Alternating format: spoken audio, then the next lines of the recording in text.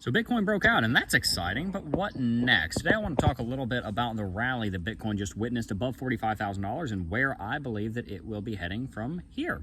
As you guys know, Bitcoin went on a 120-day rally from $25,000 all the way up to $49,000, and during that time, Bitcoin rallied 96%, and to top it all off, at the very end of that rally, we saw the Bitcoin ETFs launch.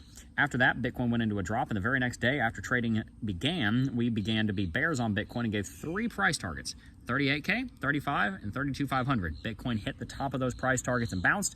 And then up until yesterday, we were saying if Bitcoin breaks through 44.3 to 44.7, if it sees a confirmed buy signal from Lux Algo, then that is where we shall begin to be bulls on Bitcoin. This morning, we broke above 44.3 to 44.7, and pretty much the minute we broke above 44.7, we got a confirmed buy signal on Lux Algo, and we began a new uptrend, and right now we're trading around 45.4. So Bitcoin is now in confirmed bullishness. And I am quite excited to tell you that the next few weeks on Bitcoin are probably going to be pretty bullish. I want to talk about some of the next levels that we're looking at and why this level is still very important and why we're not quite out of the woods just yet.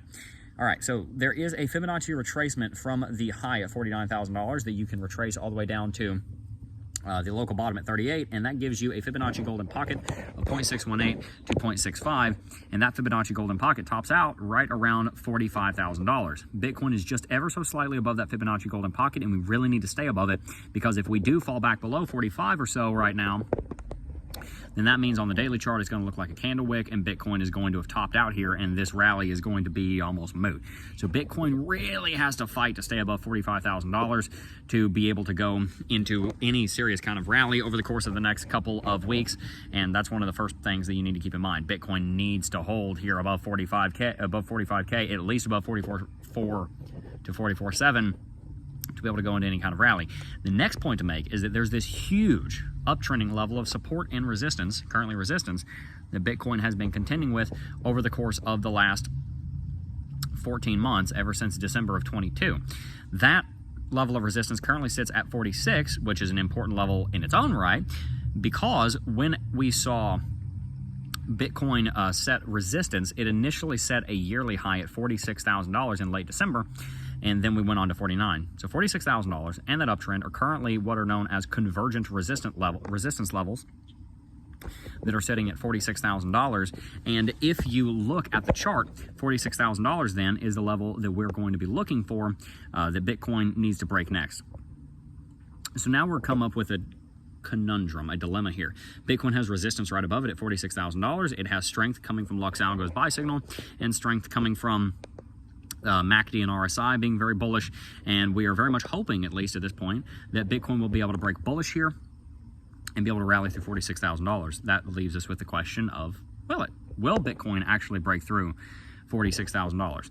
And the answer is, we don't exactly know, but I do think that we're going to see a bullish breakout. I think that Bitcoin at this point is going to rally up to and try to test $49,000, and if we break above 46, then that is where a trade opportunity appears. For any of you guys that are traders out there, there's an excellent opportunity to place a trade where you will be able to see a pretty solid return if we're to break above $46,000, because our next resistance is right around 47.5.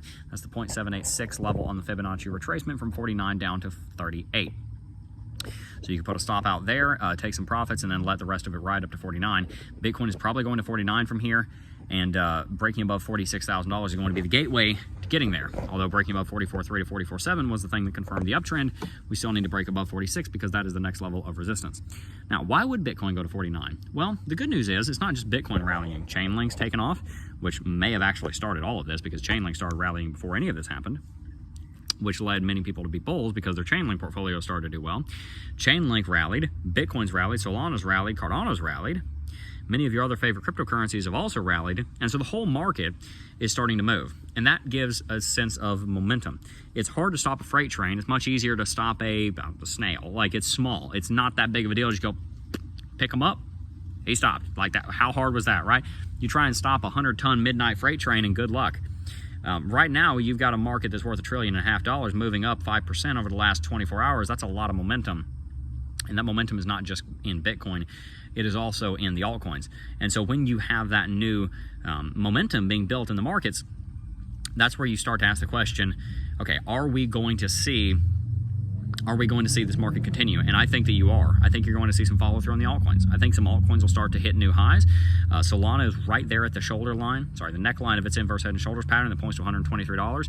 If it breaks above that shoulder line, Solana is going to take off. Cardano is right there below 60. If it breaks 60, it's going back to $1. Same thing with XRP. XRP, if it breaks a little bit higher, it's running back to $1.20. Many of these cryptocurrencies are very close to large breakouts, and if those large breakouts occur, that's going to lead to FOMO in each of the individual altcoins.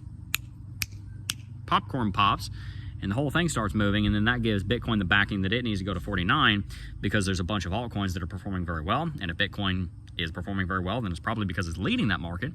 And if it's not, well, then that's probably going to be an opportunity for people to sell those altcoins, roll them over into Bitcoin, and send Bitcoin to the moon. So what should we do with this? Well, the good news is here, we're probably about to go into a big rally. The bad news is here is if you have not made your investments, then you're running out of time. There's so many things you need to do to build wealth. It's not just about investing in crypto, although that's one of the primary ones we talk about on this channel. You also need to make sure that you're doing it with diligence and with consistency. And one of those things that you need to do for consistency's sake is dollar cost average. If you've not started dollar cost averaging into the market, it's not too late. I would recommend you begin dollar cost averaging in the market and putting money in every week or every month and buying conservative picks. Yes, buy some moonbacks. Go for it. But make the majority of your portfolio in what some people are calling dinosaurs. Oh my gosh, Jeb, it's been out for 2 years.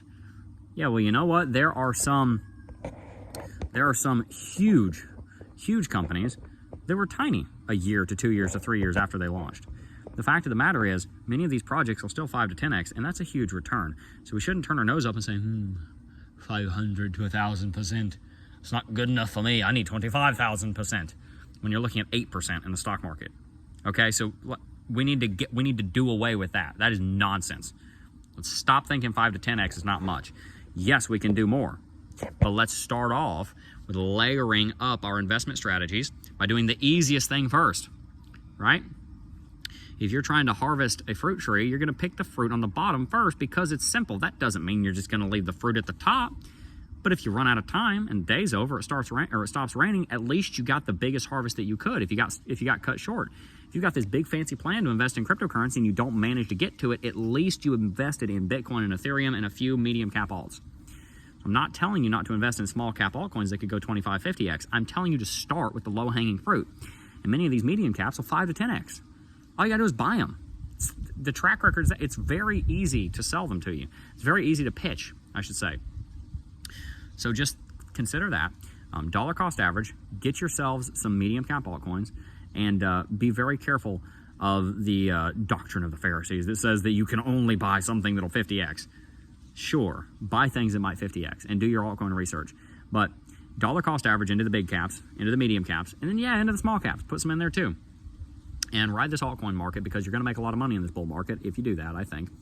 And remember that the more important thing for you to learn in this market is how to be wise and how to invest and how to do things consistently for a very long time and persevere, and wealth will come. So look forward to seeing all of you guys at the top and succeeding. I think that Bitcoin's about to break 49K here in the next month or two, maybe sooner. But ultimately, whether it does or not, what we do is the same. We dollar cost average. It's common sense. It's simple. By the way, no magic bullet. It's that simple. You're going to do great. Peace.